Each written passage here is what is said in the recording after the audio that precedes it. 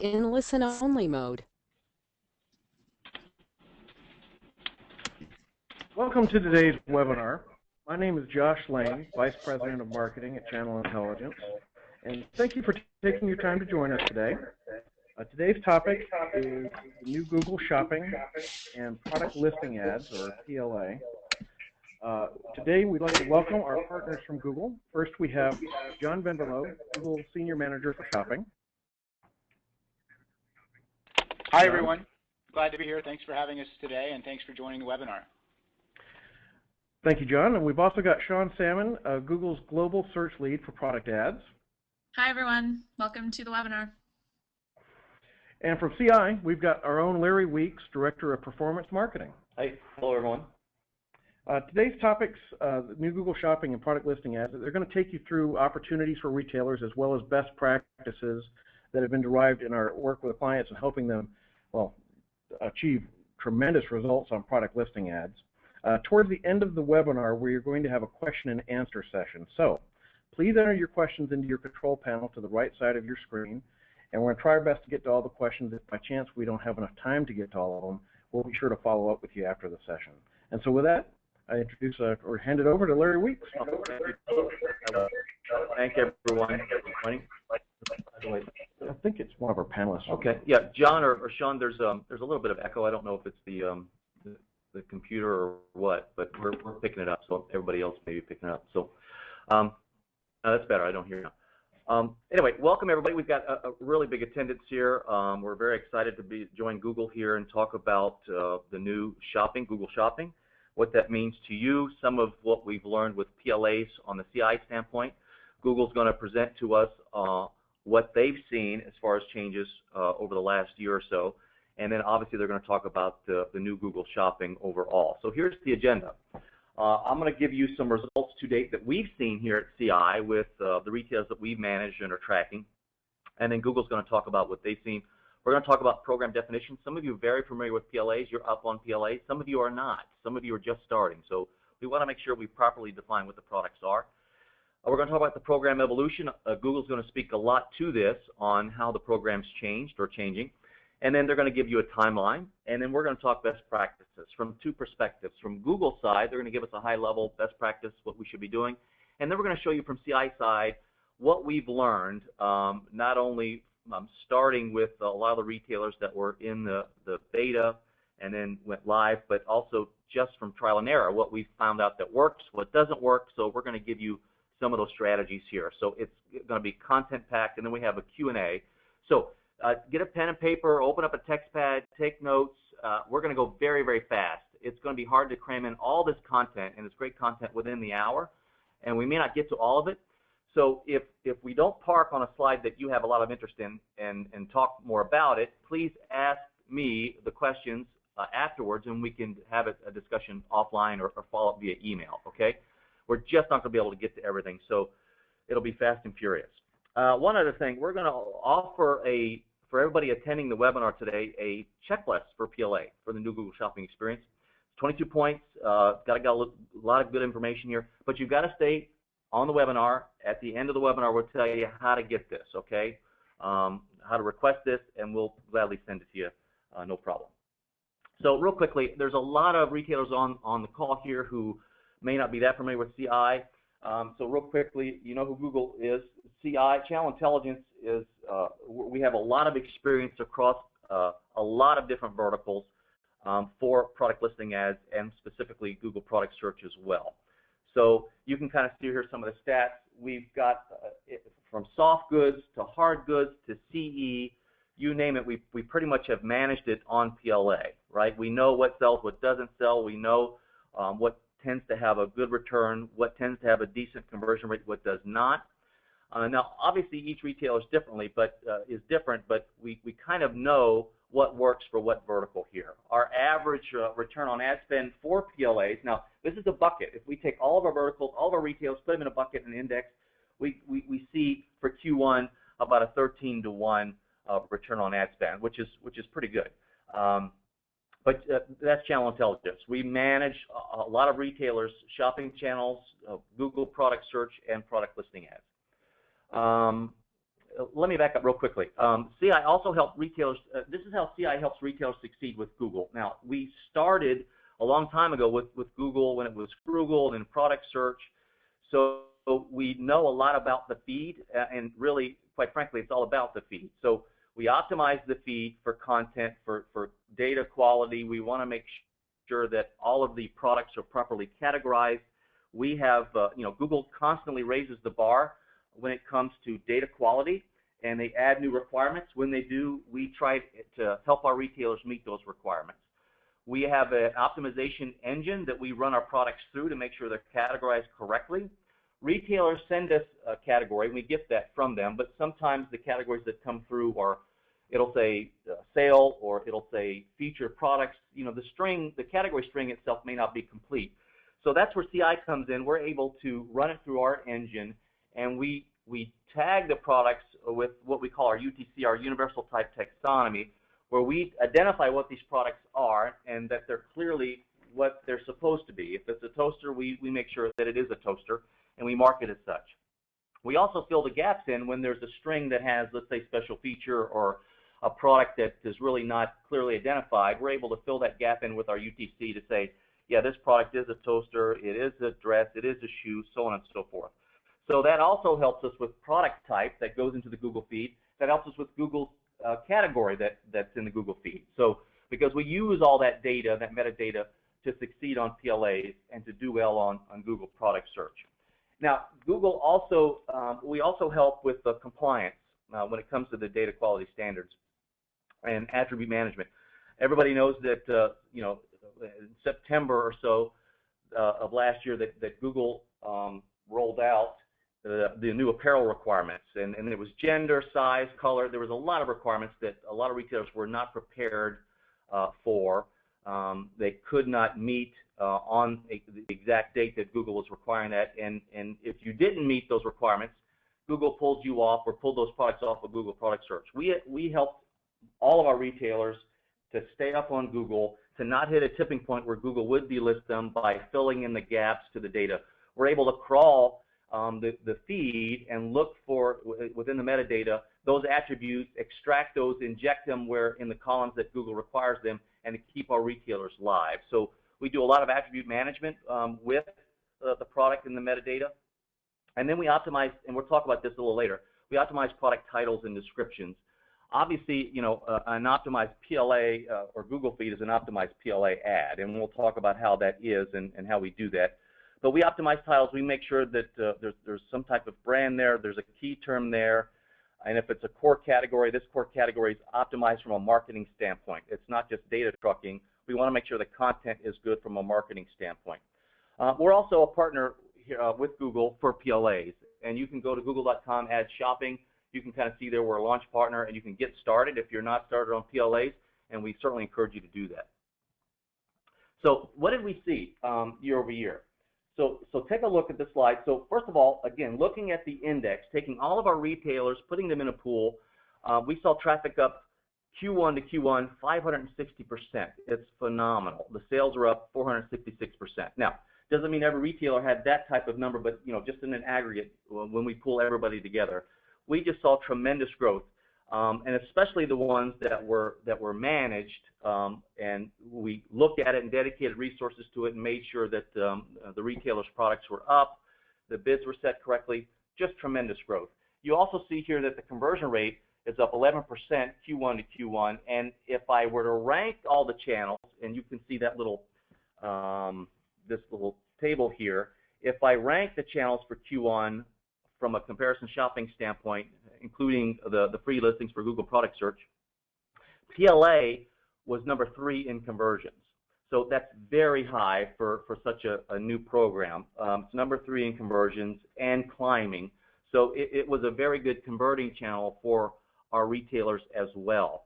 So if you're not on PLAs, obviously there's some opportunity here to add a very high converting channel to your marketing mix. This chart, you can kind of see here, is from going back 2010. You can just kind of see the enormous growth. Our top 50 IR retailers, some of them had increases over 200%. There are some niche retailers in certain verticals that had over 600% increases in sales year over year. So just tremendous growth here for some of our retailers on PLAs. Now, John, I think you guys have seen the same, correct? You're seeing overall this type of growth, right? Yeah, we're seeing around 600% growth year over year. So our numbers line up very closely with yours. Okay, great.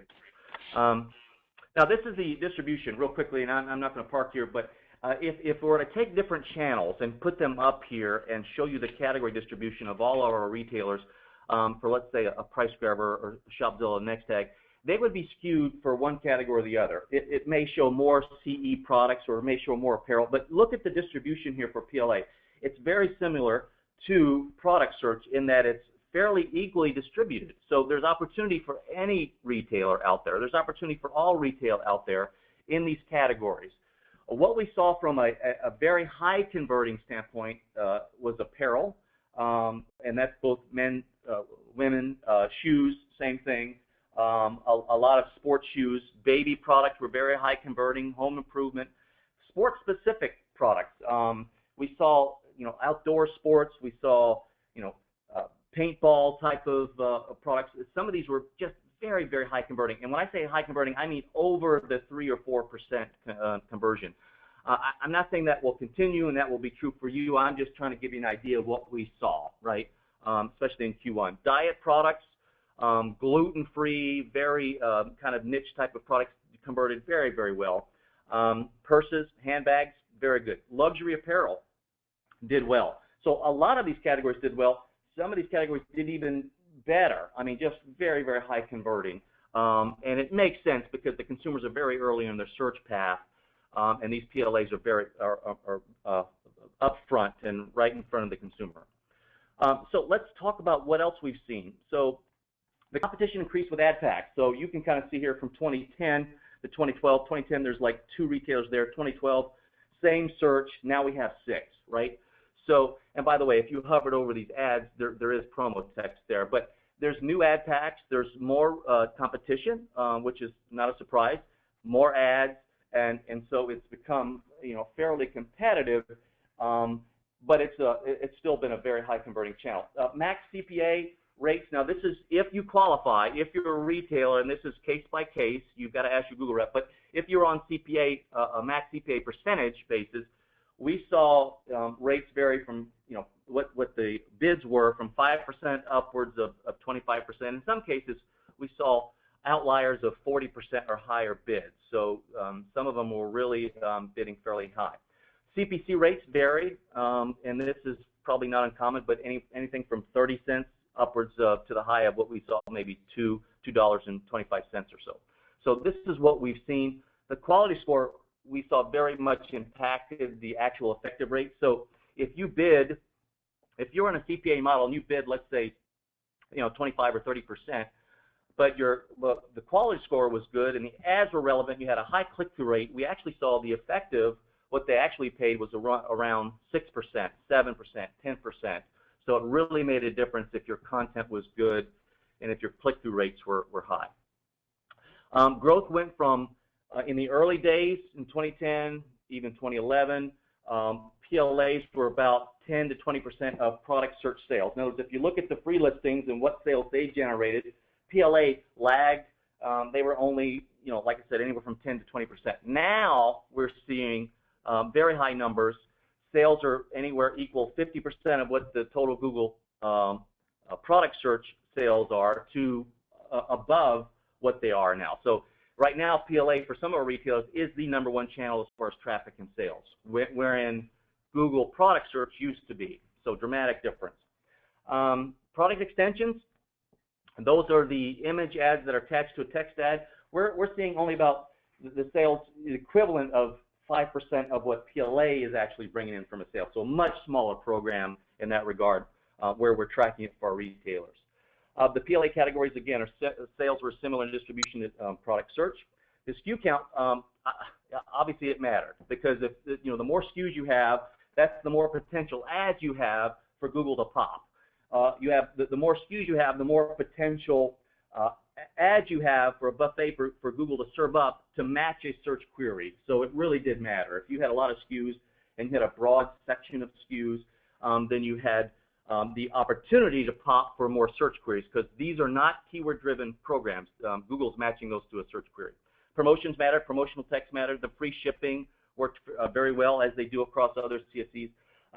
So let's talk about the program definitions and what's changing here. So for those of you not familiar, let's go over this. So product extensions, this is an expandable plus box, right? So if I have a text ad here, I expand the box, the images from the Google Feed show, those are PEs, product extensions. This is what we're talking about today, these two programs here.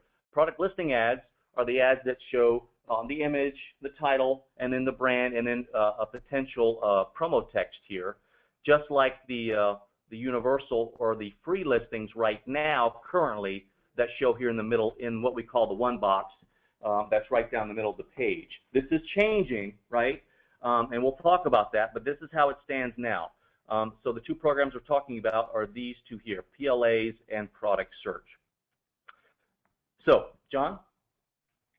Thanks, Larry. I really appreciate the overview. I think you do a great job of making this accessible. You know, this is a lot of complex concepts going on here, and it's clear that channel intelligence, you guys know your stuff, and so thank you for making it accessible to everyone on the webinar. What I wanted to just quickly point out about product listing ads are that we have, you know, different kinds of placements. Sometimes we show them at the top of the page, sometimes we show them on the right-hand side, sometimes we show 3, sometimes 5, sometimes 6. We experiment, as is the tradition here at Google, with different implementations to see what works best. But the basic design of a PLA these days is sort of a square shape with a very, very prominent image, a price, the brand, and optionally promotional text. And you probably noticed that Larry has mentioned that a few times in today's webinar. We want to reemphasize it again. The promotional text is really important, and you can set that at a category or product level. Larry, you want to go on to the next slide? Sure. So, and let me just talk about the uniqueness of PLAs here. And John, feel free to jump in. But I kind of made this grid where we outline from a matrix standpoint, what the product, the similarities in the two programs and how they're going to change, and then the differences from other programs. So, first of all, PLAs, product listing ads, are more SEO than SEM from this standpoint. So right now, if you take a look, you'll see what the products are here, and we have product search PLAs here. And then with the definers here, the unique identifiers from a standpoint of a program are here. Price model, is it feed-based, is there an image, target criteria, search type. So let's focus on, is it feed-based? You'll see that product search, the free listings, are feed-based, right? PLAs, which are paid listings right now, and by the way, this is changing, but CPC or max CPA percentage, both feed-based. Image, yes. Bidding for the free, no, obviously it's free. And then the target criteria and the search type are content and product. So this is key. Again, let me just say this. It's not a keyword-based program. You can't go and win an auction by buying a keyword and bidding up on that particular keyword. It doesn't happen. Can't happen. It's not part of the structure here. And Larry, I think I would add that that's one of the great things about PLAs is that they are triggered by searches for products. So all of the intelligence and thinking and hard work that some customers are used to putting into creating AdWords keyword lists doesn't have to happen with PLAs.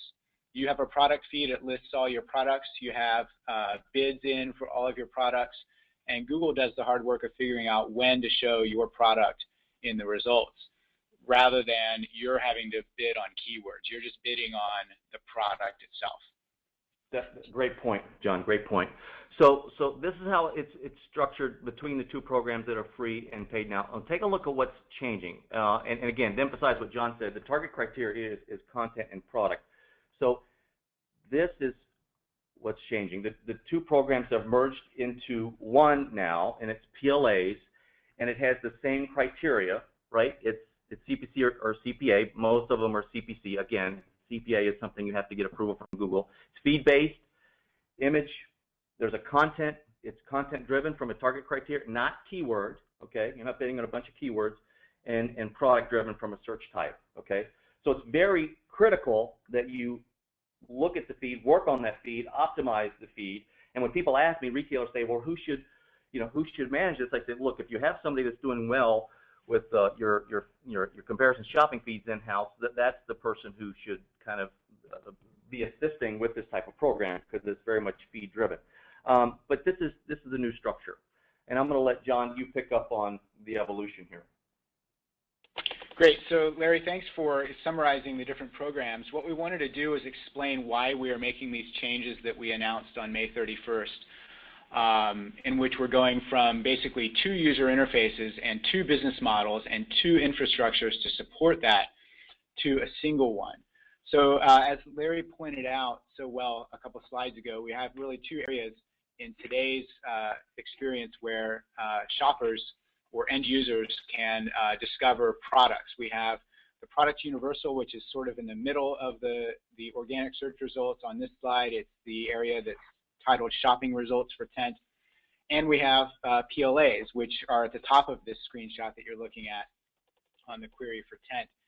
And these 2 infrastructures are maintained separately, and they are not ranked against each other. And so we can often have very confusing experiences for shoppers because they don't understand why we have 2 different areas and how the relevance of each is calculated and compares against each other. And so end users have complained about this experience over the years. And the ranking for PLAs is actually really good and better than the free results often, because we have a really clear signal from retailers about how important the offer is, and that's communicated to Google in the form of the bid, of course. One of the other challenges that we've seen with the way that we have been doing this experience is that there are a fair number of sort of bad actors or less than reputable retailers who try to game the system in the free results. And so they spend a lot of effort thinking about how to put in bad information that will lure a shopper to their website. For example, a price that's artificially low, or advertising free shipping when in fact the shipping is not free. We call that kind of thing spam in our index. It makes for bad results for shoppers, and it's also not good for the reputable merchants. The merchants who have good products, have a good value, and just want to promote their products to our audience lose out in this current experience, because they have to compete with the guys who are acting maliciously. And those malicious actors, since they get this traffic for free, really have nothing to lose and can spend a lot of time trying to game the system, whereas the reputable merchants have a business to run and would prefer to just be able to bid a fair amount to have their items show up at the right place in the rankings. And so if you go to the next slide, Larry, what we are shifting to is a new model where we'll have a single experience. And I think, Larry, you wanted to talk for a minute about PLA and SERP share. Well, so I just wanted to emphasize what you just said, that right now there's some retailers that are having some duplication from a standpoint of the feed from the free and then PLAs. And this is what kind of you're eliminating. Is that right, John? Yeah, we're going, from these multiple competing experiences. If you look carefully, I don't know if the webinar attendees can see, but this shows the same teak patio furniture from Target showing up in 3 different places on the results page. And it took, it takes an end user a lot to figure out what's going on with those results. Yep. Go ahead, John. Okay, so what we're doing now is going to a single Google Shopping experience with one interface and a commercial model. And the benefits for the shopper are that we'll have a simpler interface. We also know that we'll be able to provide a richer browsing and refinement experience because we will have better data quality from our merchants. Merchants who are submitting feeds with all the right categorization, make it possible for us to show products with refinements, like a user shops for a broad product like tent. We can show, hey, here are some answers for tent, but here are some ways to refine it. Do you want a backpacking tent? Do you want a large tent for many people? The different categories of tent can show up when we have consistently good data quality. which will be a result of retailers who are reputable and working hard to bid properly and submitting good quality data through partners like Channel Intelligence and others. Shoppers will be able to identify those trustworthy merchants. And the merchant benefits of this new approach is much better control and predictability. With our free product search, we were always trying to refine the relevance algorithm.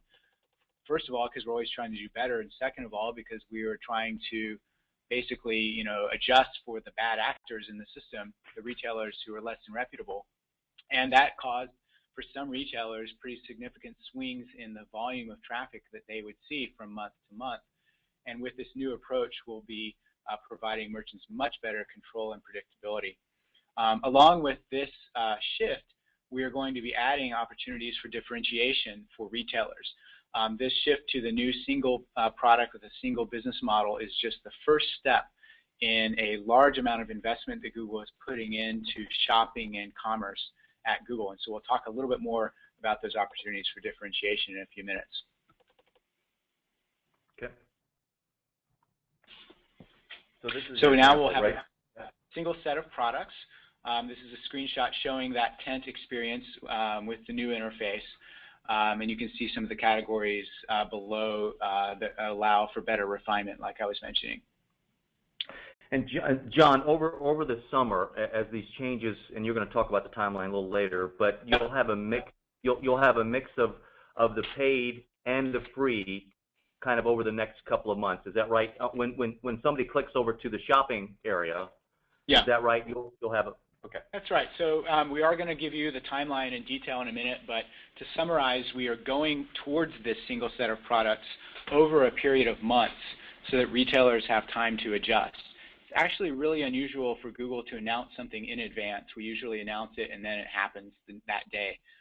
In this case, we're actually giving retailers a number of months to adjust. So between now and the end of June, the experience that has been in place will continue to be in place, except for a small percentage of queries in which we're doing tests of these different interfaces. But most users will continue to see the same experience they've been seeing. Then starting around June 28th, we will start to shift more and more traffic towards PLAs and less towards free listings. So if you get a lot of traffic from free listings, you might notice a decline starting around June 28th. By October 1st, we expect that all of the traffic will be shifted to product listing ads.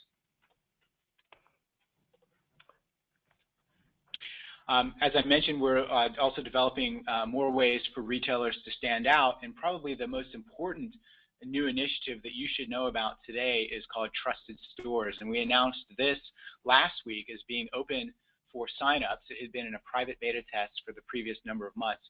It's now open for all merchants, and the way that Trusted Stores works is a badge goes on your website that says Google Trusted Store, and when the shopper hovers over that, they see this report card, if you will, for that retailer. So in this case, Musician's Friend, a retailer of musical instruments. We're measuring that we've looked at more than 100,000 transactions, and we give Musician's Friend a grade of A for 97% on-time shipping and 1.0 days to ship on average. And they have an excellent service rating at 99% of issues resolved in under 2 days.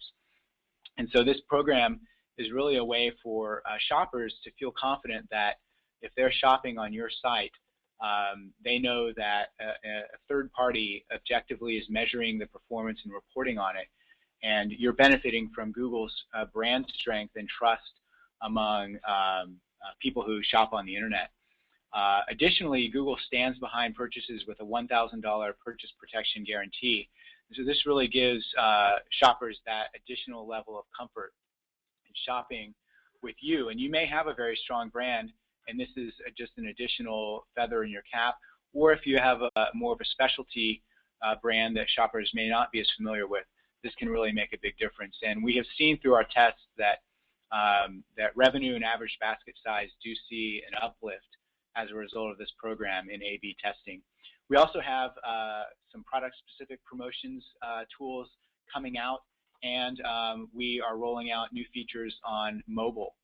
And while we're speaking about mobile, we've had questions come up about how the new experience is going to translate. And indeed, we will be populating the shopper results with the same index as the broader PLA-based approach. Right. So right now, just for retailers, you won't find PLAs.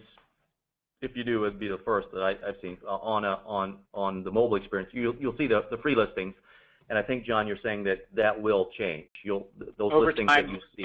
right. Over time, the same experience that we're promulgating on the Google Web property will make it into mobile. And so, as I mentioned, Trusted Stores is now open to everyone. We're showing a screenshot here from one of our retail partners, Overstock.com.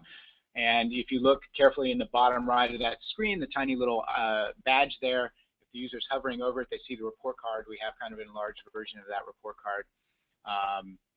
And so if you are interested in this program, we would highly encourage you to sign up. You can learn more at google.com/trustedstores.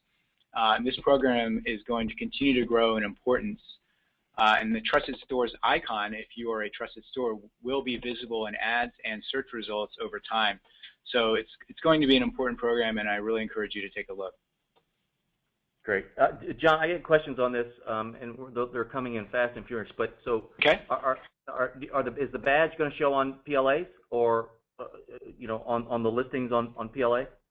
So the little check mark circle with a check mark in it will be showing up in ads and search results over time. I don't know the exact release schedule for that kind of thing happening. We've been doing tests, and they definitely make a difference. Just like in the past, how we've had like the Google Checkout badge makes a big difference in ads, or like the star ratings for reviews make a big difference in click-through rates. And so you can expect to see that check with the circle around it showing up in ads and search results over time. I don't have an exact release schedule. Got it. Okay. And this is a timeline, right, John?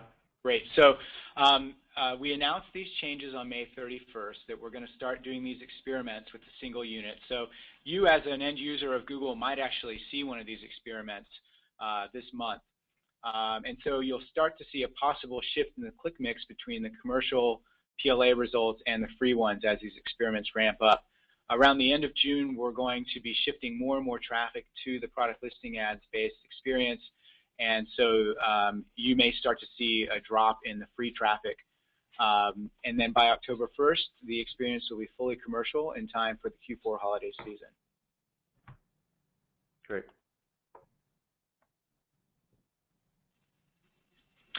So we have a couple of recommendations here that I wanted to highlight for you timing-wise. Google Trusted Stores is a great program, and we've just talked about it. We are recommending that people sign up and start the integration by August 1st. The reason for that is that there's a period during which we are monitoring the shipping, on-time shipping, and customer service performance, and that usually goes for about a month before the badge can be live on your site. And mindful of IT lockdowns in advance of Q4 holiday, we're recommending that retailers sign up and begin that integration process before August 1st. The next important date is 2 weeks later, August 15th. Google has a very exciting promotional program associated with PLAs for retailers who sign up before August 15th by opting in all of your shopping feed with at least the minimum bid. And you must be enrolled in that by August 15th. By October, you should be optimizing your bids and locking in your traffic plan, get that Trusted Stores badge live on your site. And your Google team and your channel intelligence team are available to help with these tools and tactics. In Q4, of course, as usual, you'll be fine-tuning your bids and budgets and promoting your holiday offers using the promotional text in PLAs. John, I'm getting questions on the minimum bid. So, and correct me if I'm wrong, but it could be anything from a penny to whatever the retailer needs or wants to bid, right? Or correct me if I'm wrong. Yeah. So, Sean, I think would you like to expand on this a bit? Yeah, sure. Can you hear me okay? Yes, yep. We can. Can you guys all? Okay, great. Just making sure. Yeah, so technically the minimum bid is a cent, and the simple setup, for, just even initializing all of this would be to just associate your feed from Merchant Center to AdWords and said, you know, literally the minimum bid would be a cent across the feed. That's not really recommended from a performance perspective, but we'll talk lots more about that as we go through the rest of the deck. Great, thank you. So let's talk about the advantages of product listing ads, and some of these are very obvious, but there's still some retailers that haven't onboarded yet. I think you're missing out on a very large opportunity. Obviously, the main thing here is the attention it grabs early in a product search process. Let me say that again. The attention it grabs early in a search process. It's getting up front in front of a qualified consumer looking for a product, looking for the products that you sell early in that timing of the search for their shopping experience. These are visual ads, so there's visual dominance, right? You've got your competitors may have some text ads. If you're on PLA, boom, you've got an image, a price. You're telling the consumer before they click over to your site what products you have to sell at what price points and what they look like. That's this clear advantage to just a plain text ad. I mean, back in the old days, the Mad Men days, David Ogilvy, who everybody credits the father of modern advertising, actually did a study on images. I think it was in 1963. So it was clear that images captured attention, drew readership in, and increased the purchase rate or the propensity to purchase for a consumer. So and so it's very obvious where these are located, very high in the search stream, very early in the search activity of a consumer. And obviously, people can scan pictures quicker than they can scan 1,000 words, right? So, by the way, I also want to make a point of making sure in your feed that the images are good images, and you might want to reconsider the type of images you're sending in that Google feed and improve those images, because they're becoming very, very crucial and very critical here. But you can kind of see just where Google's putting these ads and then how they look. Coupled with promo text, it's very compelling. Above the fold is capturing readership. It can also probably give you a halo effect, much like display advertising, for the text ads you may have that could appear on the right as well. So let's talk about setup to success. We're going to go through here real quickly. First of all, the basic is you want to have a good feed. You want to have a good feed. We've learned this with Google, working with Google for many years, improving relevancy, making sure an ad pops. It starts with the product content. You could have a product that's pretty much what consumers are searching for, but if it's not relevant, that content's not good, it may not pop, no matter what your bid is, right? And relevancy is in the eye of the beholder, which is consumer and then the algorithms that Google has. So the more content you provide, the better your chances there. And the better the quality, clarity of that content, the better the consumer experience. Don't play games, as John said, don't spam, and there's been a lot of that with some of the other retailers out there that that Google's trying to skim off. But the better the consumer experience, the more the Google likes that content, right? And the more Google likes the content, the better your results. So make sure, and this is what we do here at CI all day, every day, is we're looking at the content. How do we improve what the retailer sends us before we send it to Google? Because the retailer sends us data that, if in context, if I'm on the website, I understand what it is. I see what it is because I'm on the retailer site. But these products are going outside of a retailer's website. So we got to make sure it has clarity of consumer intent. In other words, is this product labeled properly? Is it decorated properly to let the consumer know what it is before they click over to a website? And that's what we do all the time here at CI. So the other thing is the feed powers the ad format. To get started on PLAs, you've got to have a Google feed, and you've got to populate the correct columns with the correct data, right? So here's an example. It's a very simple example, but we got an average grouping column with the data in there for, let's say, health and beauty, and that gives us the ability to create an auto target that has home and garden, health and beauty, and they have to match exactly, right? And in fact, in the portal, it will validate. Same thing with labels, and you could split up your ad groups any way you want to, but the key thing here, the feed, a good feed powers the ad format. Now, it's very similar to those of you who are doing comparison shopping channels, although it's a little different animal. It is very similar to CSC programs in that there's a promo text, there's a product, there's an image, a title, description, and a price, and there's bidding. And this is an example of, you bid in the portal. In the AdWords portal, you can bid in this example for a next tag, and they're just very similar programs in that regard. Now, let's talk about CPA percentage. Again, not all of you qualify. You have to get whitelisted from Google, so reach out to your rep. But if you want to do CPA, you're going to need the Google Conversion Tracker Code.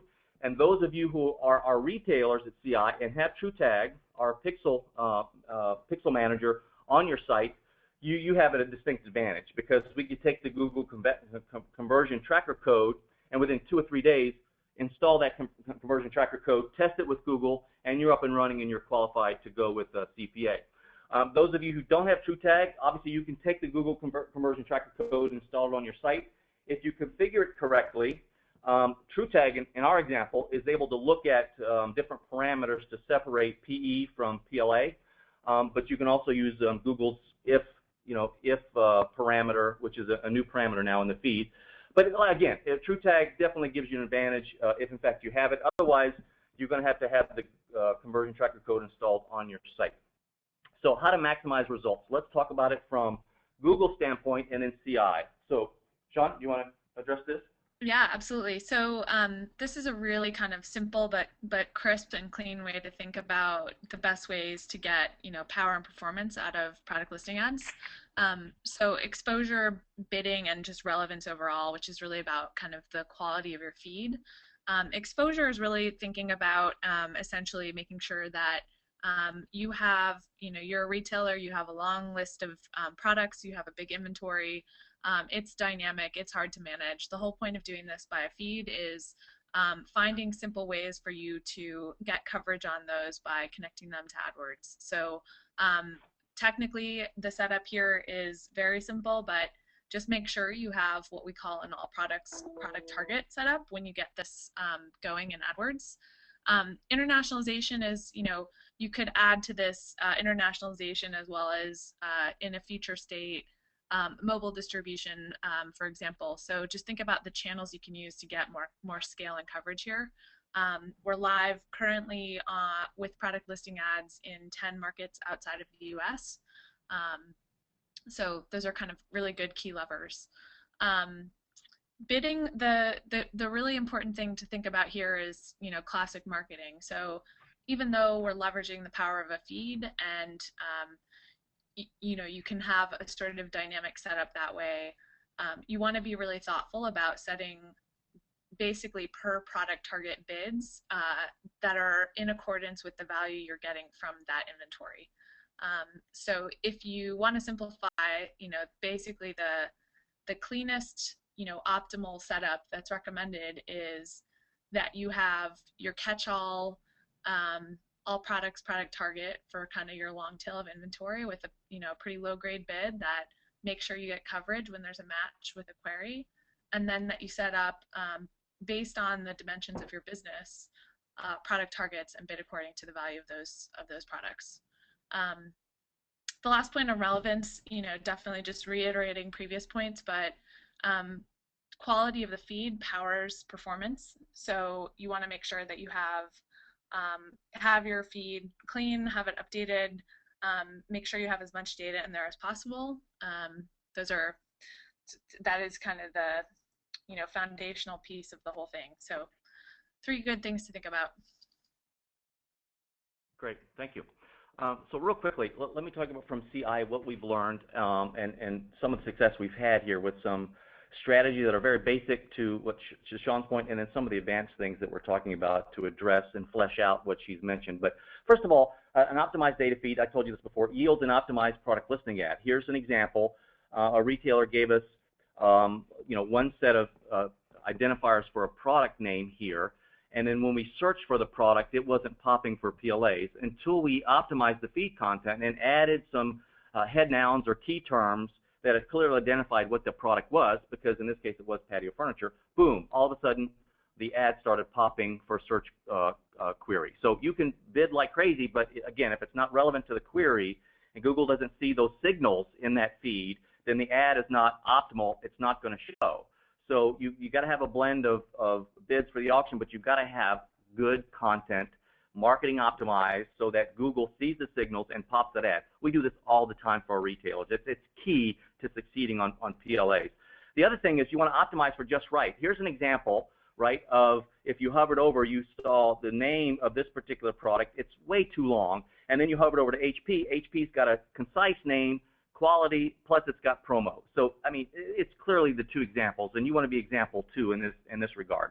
So optimize for just right. What we do is we do some searches to see where we can get more traffic or more impressions. Here's a very simple way. You could do it at home. Just use Google Trends or use some keyword tool. But we actually did a bake-off, said, hey, what's better, children's jeans, kids' jeans? Well, we could see the kids' jeans clearly got more traffic. And then we took the name, changed it from children's to kids. We got the approval from the retailer, and boom, we got a lot more traffic driving, a lot more impressions in driving to these products. So it's very key that you structure your data to maximize for impressions and traffic, right? And then look at conversions.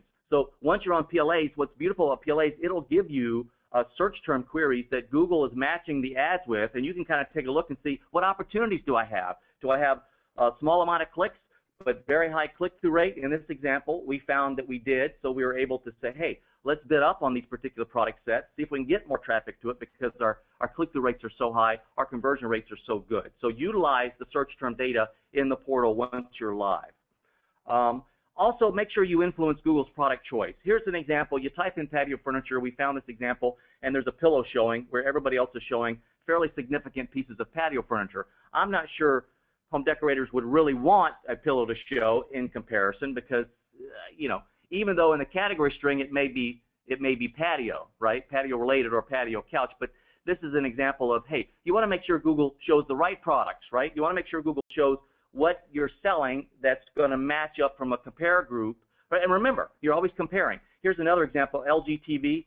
This is a TV up top, Sears, Target down here. Right here I have a wall, you know, a wall stand where you're going to hang the television. It's really not a TV, even though it's popping for an LG TV. So you can influence what Google picks, but you've got to set up your ad groups appropriately and determine what do you want to send. Bestseller? Is it the one with the best image? Is it the best price? Is it the best promotion? But configure your feed column data so that Google is influenced to pick, you know, what you think is best representative of the search for that particular product, if that makes sense. And then incentivize Google with the bid structure. So here's some example when we've done some of this. When we've low bid poor performing SKUs, categories or brands, and we bid up on things that converted well. We got a very good increase in click-through rate. So this is an example here. The other thing is when we took over this, I think from a search agency, we actually took over the campaign and added a base to what Sean said. We added a catch-all, all products ad group, but we low bid everything so it didn't kill our ROI. And then we created tiered ad groups on top of that to push the core items. And you can see we tripled the sales here. So also the other thing is we found some bid conflict between the auto targets and the ad groups. So once we fixed that, that gave us another leg up. So this is how we do it. Here's some advanced strategies. I'm not going to park here. We're kind of running out of time, but you can actually set up, and what we do at CI is we create rules that will move products in and out of ad groups via the feed and via the performance data that we're collecting in our system. So we call it performance merchandising and performance ad groupings and labels. So the performance merchandising is just basically publishing items and bidding on items that are performing for us. If there's a prohibition, ideally you want to send all products, but if you have a product that you really can't show because of a manufacturer restriction, or it's just not giving you the yield you want from a standpoint of ROAS, you do have the ability, and we do it dynamically, to flip a flag to false if in fact that product just should not be out there, either for a prohibition reason or for a ROAS standpoint. And then we set up what we call performance ad groupings, and then we tier products through those ad groups based on either a ROAS or a product push.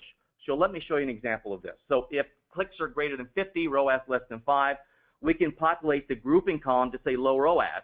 That will then move those products into a different campaign and a different bid set, right? If the ROAS is high, let's say over 5, and then we can populate that grouping column with high performance. So then it moves all those products to a higher bid. So we do this dynamically. We're looking at how the SKUs perform, and we're moving products in and out of ad groups so that you get the best return on your money here when you do this. So to Sean's point earlier, the best practice is to have a catch-all send everything. So how do you publish everything now that Google is going to be monetized in this regard without killing your ROAS? Well, we want to have what we call a performance stack. performance ad grouping. So basically, we tier ad groups based on performance or promotions.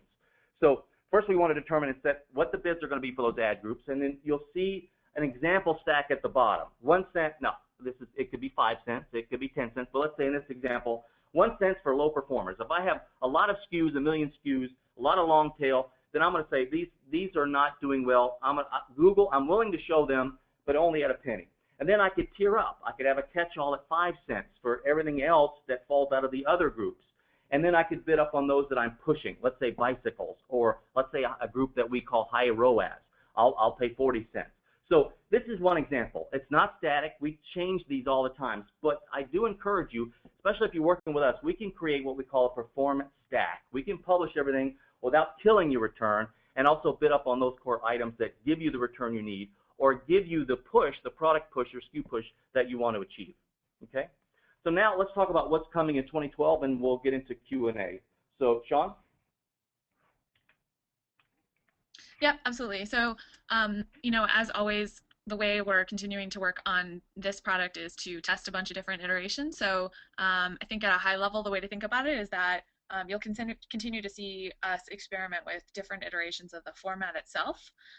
Some of the future state mocks on this are live already through our Merchant Center and AdWords blog from the 31st of May. Probably the most noticeable in the coming weeks will be the new Google.com unit.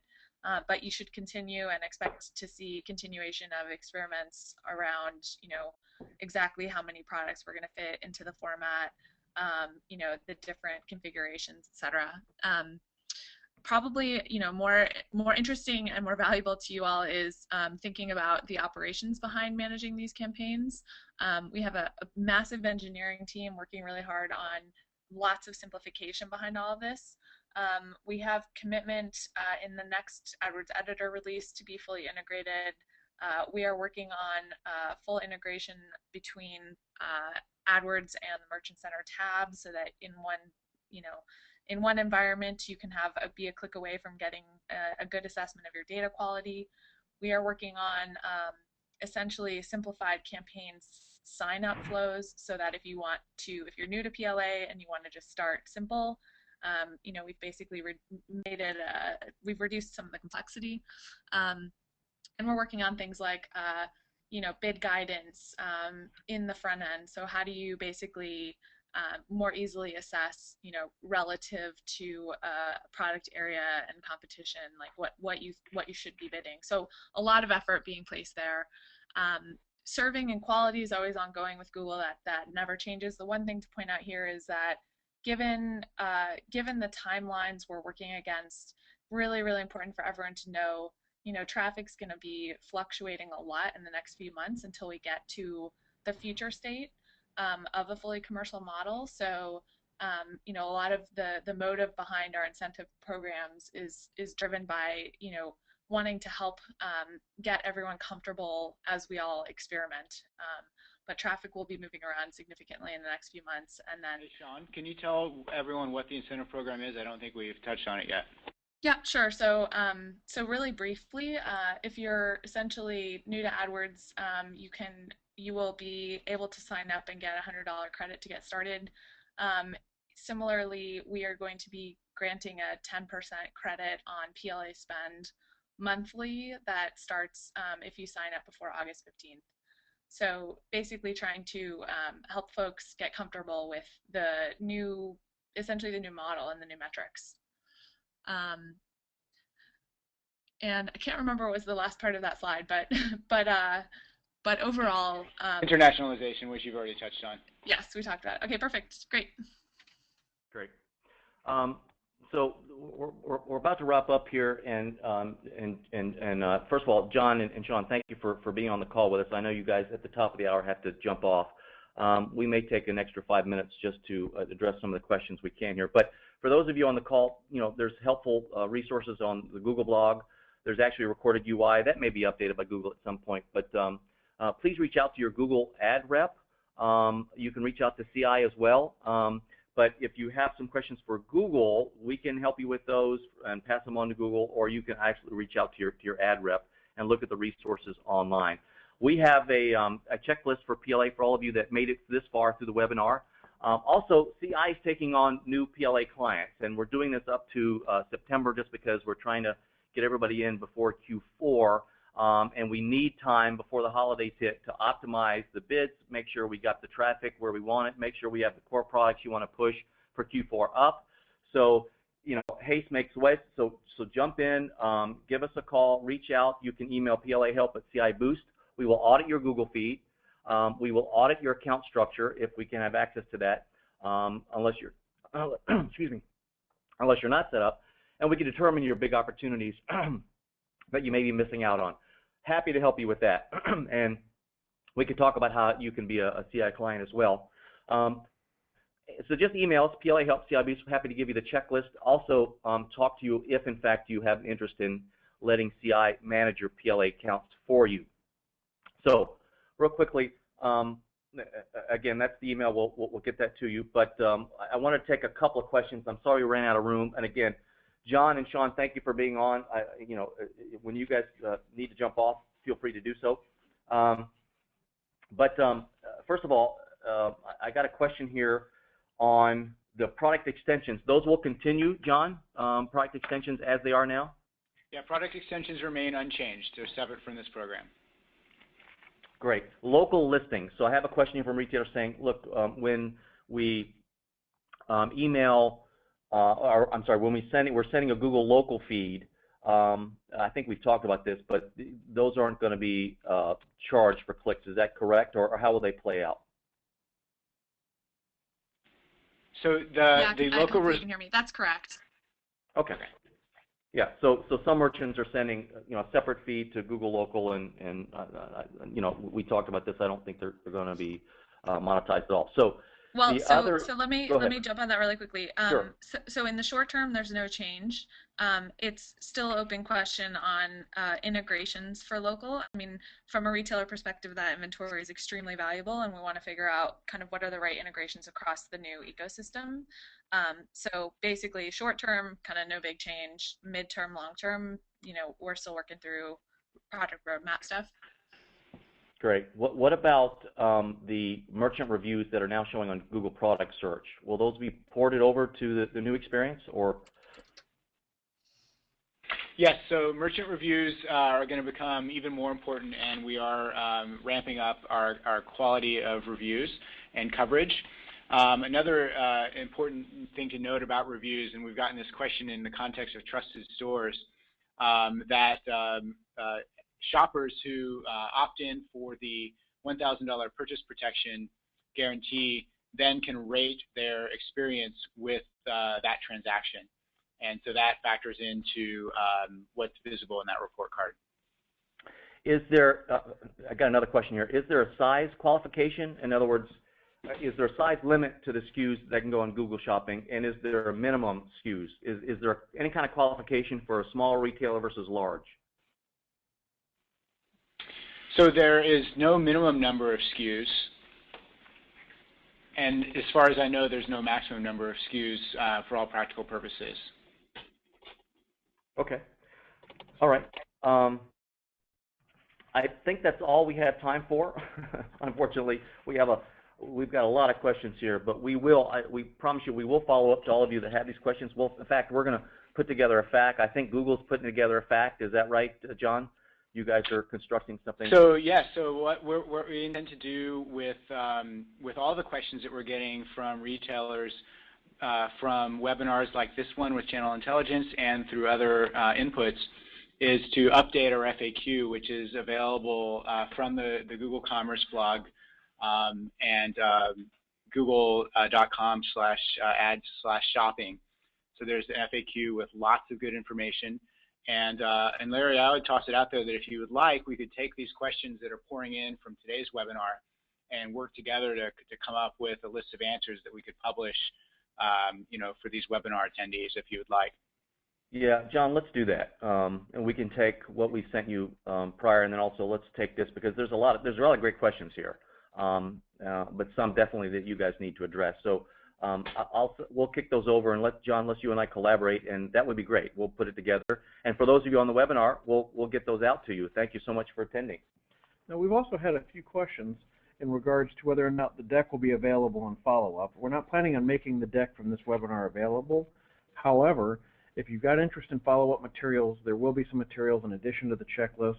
Please email webinar@ciboost.com with your request, or plahelp@ciboost.com. Okay. Again, thank you for all attending. Hopefully you got something out of this, and we will follow up. John, Sean, thank you very much. Hey, thank you, Larry. We really appreciate it. Have a great day, everyone. Bye-bye. Bye-bye. So we don't know the answer to that? No. That is a pretty good question that I've never had anyone ask. It is.